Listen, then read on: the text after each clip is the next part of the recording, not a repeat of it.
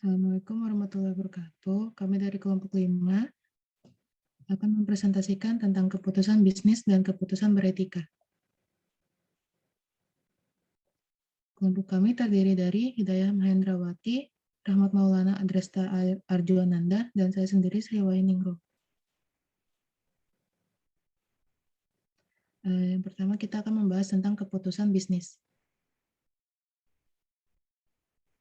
Pengertian dari keputusan bisnis adalah pengambilan keputusan adalah melakukan penilaian dan menjatuhkan pilihan. Keputusan ini diambil setelah melalui beberapa perhitungan dan pertimbangan alternatif.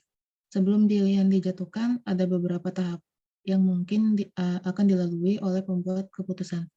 Tahapan tersebut bisa saja meliputi identifikasi masalah utama, menyusun alternatif yang akan dipilih, dan sampai pada pengambilan keputusan yang terbaik. Secara umum, pengertian pengambilan keputusan telah dikemukakan oleh banyak ahli, di antara lainnya adalah pertama ada menurut Giteri, pengambilan keputusan adalah sebagai pemilihan yang didasarkan kriteria tertentu atas dua atau lebih alternatif yang mungkin. Yang kedua adalah menurut Claude S. George Jr., yaitu proses pengambilan keputusan itu dikerjakan oleh kebanyakan manajer berupa suatu kesadaran, kegiatan pemikiran yang termasuk pertimbangan, penilaian, dan pemilihan di antara sejumlah alternatif.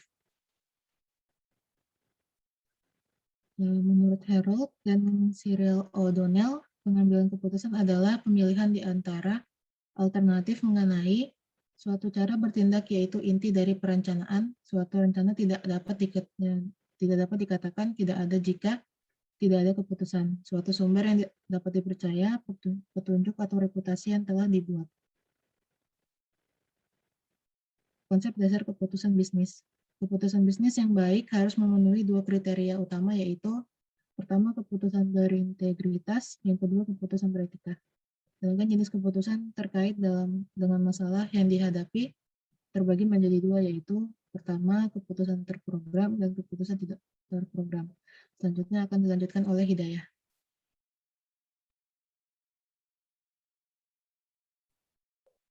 Syarat-syarat pengambilan keputusan yang berintegritas. Yang pertama, mengacu pada visi misi. Yang kedua, berpedoman pada nilai dan etika. Yang ketiga, mengikuti sistem dan prosedur yang berlaku.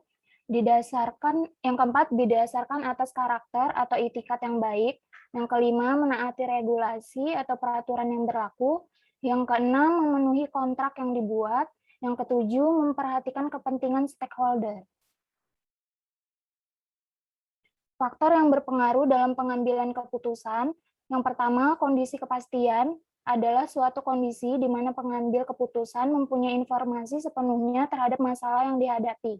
Yang kedua, resiko adalah suatu kondisi yang dapat diidentifikasi dan diprediksi kemungkinan terjadi dan kemungkinan-kemungkinan dari setiap pemecahan yang sesuai dengan hasil yang diinginkan atau dicapai. Yang ketiga, ketidakpastian adalah suatu kondisi di mana pengambilan keputusan tidak memiliki kepastian. Tahapan pengambilan keputusan bisnis. Yang pertama, mengidentifikasi masalah. Hal penting sebelum melakukan pengambilan keputusan adalah mengidentifikasi permasalahan dalam bisnis Anda yang butuh diselesaikan atau diputuskan penyelesaiannya. Jika Anda salah dalam mengidentifikasi masalah, bukan tidak mungkin jika keputusan yang Anda ambil nantinya tidak menjawab permasalahan yang Anda miliki. Setelah melalui proses identifikasi, ternyata Anda menemukan bahwa menurunnya penjualan disebabkan oleh perubahan tren atau selera masyarakat di Indonesia. Nah, hal ini yang menjadi akar masalah dari usaha Anda. Dari situ, Anda baru bisa melaksanakan langkah pengambilan keputusan yang kedua untuk dapat segera menyelesaikan permasalahan usaha Anda. Yang kedua, mengumpulkan informasi. Setelah Anda yakin bahwa Anda telah menemukan akar permasalahan, Anda bisa mulai mengumpulkan informasi-informasi yang secara langsung maupun tidak langsung dapat membantu Anda dalam proses pengambilan keputusan. Perlu diketahui bahwa dalam mengumpulkan informasi, Anda tidak boleh setengah-setengah. Artinya setiap informasi yang Anda kumpulkan harus bisa dielaborasi secara lebih mendalam agar Anda mendapatkan informasi yang sangat detail. Hal ini dapat mencegah Anda untuk mengambil keputusan yang salah dikarenakan data atau informasi sebagai acuan pengambilan keputusan tidak lengkap. Sebagai contoh, pada saat penjualan usaha Anda menurun karena adanya perubahan tren, Anda bisa mulai mencari informasi-informasi untuk menyelesaikan masalah bisnis Anda. Yang ketiga, membuat prediksi untuk masa depan. Setelah Anda yakin bahwa Anda telah menemukan akar permasalahan, Anda bisa mulai mengumpulkan informasi-informasi yang secara langsung maupun tidak langsung dapat membantu Anda dalam proses pengambilan keputusan. Perlu diketahui bahwa dalam mengumpulkan informasi, Anda tidak boleh setengah-setengah, artinya setiap informasi yang Anda kumpulkan harus bisa dielaborasi secara lebih mendalam agar Anda mendapatkan informasi yang sangat detail. Hal ini dapat mencegah Anda untuk mengambil keputusan yang salah dikarenakan data atau informasi sebagai acuan pengambilan keputusan tidak lengkap. Sebagai contoh, pada saat penjualan usaha Anda menurun karena adanya perubahan tren, Anda bisa mulai mencari informasi-informasi untuk menyelesaikan masalah bisnis Anda. Yang keempat, mengambil keputusan dari beberapa alternatif. Sebelum mengambil keputusan, ada baiknya Anda membuat list pilihan-pilihan yang akan Anda ambil. Hal ini penting karena jika Anda hanya punya satu pilihan, itu artinya tidak ada pilihan lain yang bisa dibandingkan dan bisa jadi pilihan yang Anda putuskan bukanlah yang terbaik.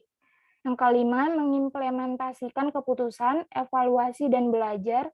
Setelah implementasi keputusan dilakukan, Anda harus mengevaluasinya secara berkala. Hal ini dilakukan untuk mengukur sejauh apa efektivitas dari keputusan yang telah Anda ambil. Jika ternyata tidak efektif, bukan tidak mungkin Anda harus memikirkan alternatif penyelesaian masalah yang lain. Setelah dievaluasi dan melakukan tindak lanjut, atas evaluasi tersebut, hal terakhir yang harus Anda mengerti adalah bahwa apapun hasil dari pengambilan keputusan yang Anda ambil, Anda akan selalu mendapatkan keuntungan darinya, yaitu pelajaran berharga. Unsur-unsur pengambilan keputusan, yang pertama, adanya permasalahan dan tujuan yang ingin dicapai. Yang kedua, adanya alternatif pilihan. Yang ketiga, adanya faktor eksternal. Yang keempat, adanya kondisi yang mungkin terjadi untuk setiap alternatif pilihan. Yang kelima, adanya konsekuensi untuk setiap kondisi. Yang keenam, adanya nilai akhir setiap alternatif. Yang ketujuh, adanya hasil akhir keputusan. Selanjutnya akan dijelaskan oleh Rahmat Maulana. Pohon keputusan. Di bidang manajemen ada pembahasan tentang pohon keputusan atau decision tree. Pada dasarnya, pohon keputusan yang dibuat dalam bentuk diagram dimasukkan agar proses pembuatan keputusan dapat dimengerti dan juga pohon keputusan ini memiliki kelebihan yang ada di dalamnya. J. Heiser dan Barry Render dalam Operation Management 7 Edition, Fahmi 2013.227 menyebutkan bahwa prosedur yang harus ditempuh pada waktu menyusun pohon keputusan adalah sebagai berikut. Yang pertama, memastikan bahwa semua kemungkinan alternatif, termasuk alternatif tidak melakukan apa-apa, telah dimasukkan ke dalam pohon keputusan sebagai cabang alternatif. Yang kedua, memastikan bahwa semua kondisi state of nature telah diidentifikasikan untuk setiap cabang alternatif dan dimasukkan ke dalam pohon keputusan. Yang ketiga, nilai atau payoff dicantumkan pada akhir setiap cabang alternatif yang tepat. Ia adalah hasil jika cabang tersebut dapat dicapai. Yang keempat, tujuan yang ingin dicapai adalah menentukan nilai taksiran atau expected value dari setiap tindakan yang paling baik. Untuk selanjutnya, keputusan beretika. Kerangka pengambilan keputusan beretika atau Ethical Decision Making (EDM) framework menggunakan pandangan-pandangan paham utilitarianisme, deontologisme, dan virtuisme sebagai dasar penilaian Association of Two Advanced Collegiate School of Business atau AACSB melalui gugus tugas pendidikan etiknya, Ethics Education Task Force 2004 menghendaki agar para mahasiswa sekolah bisnis mempelajari 3 filosofi etika yang seperti utilitarianisme, deontologisme, dan virtuisme dalam pendekatan pengambilan keputusan etisnya. Pengertian keputusan beretika. Pengambilan keputusan beretika adalah pengambilan keputusan bisnis yang di dalamnya telah mempertimbangkan standar etika tertentu, misalnya kaidah-kaidah yang dianut oleh paham libertarianisme, deontologisme, atau virtuisme. Langkah-langkah dalam pengambilan keputusan beretika, yang pertama mengidentifikasi keputusan bisnis, yang kedua mengidentifikasi elemen etika, yang ketiga mengevaluasi kepentingan stakeholder, yang keempat hierarki dan prioritas, yang kelima penilaian konsekuensi, yang keenam penggabungan konsekuensi, yang ketujuh hasil akhir, yang kedelapan hasil keputusan. Kerangka kerja dalam pengambilan keputusan etis. Sebagai respon terhadap keputusan yang dapat dipertahankan secara etis, ini menyajikan kerangka kerja yang praktis, komprehensif, dan beraneka ragam untuk pengambilan keputusan etis. Kerangka kerja pengambilan keputusan etis atau Ethical Decision Making (EDM) menilai etikalitas keputusan atau tindakan yang dibuat terkena dampak. Yang pertama, konsekuensi atau kekayaan yang dibuat dalam hal keuntungan bersih atau biaya. Yang kedua, hak dan kewajiban terkena dampak. Yang ketiga, kesetaraan yang dilibatkan. Yang keempat, motivasi atau kebijakan yang diharapkan. Prinsip yang harus dipenuhi dalam prinsip beretika. Yang pertama, supaya tindakan punya nilai moral, tindakan ini harus dijalankan berdasarkan kewajiban. Yang kedua, nilai moral dari tindakan ini tidak tergantung pada tercapainya tujuan dari tindakan itu, melainkan tergantung pada kemauan baik yang mendorong seseorang untuk melakukan tindakan itu. Berarti kalaupun tujuan tidak tercapai, tindakan itu sudah dinilai baik. Yang ketiga, sebagai konsekuensi dari kedua prinsip ini, kewajiban adalah hal yang niscaya dari tindakan yang dilakukan berdasarkan sikap hormat pada hukum moral universal. Mungkin sekian dari kelompok saya, kurang lebihnya mohon maaf, dan apabila ada pertanyaan bisa di reply yang nanti kami buat di BLP. Terima kasih. Assalamualaikum warahmatullahi wabarakatuh.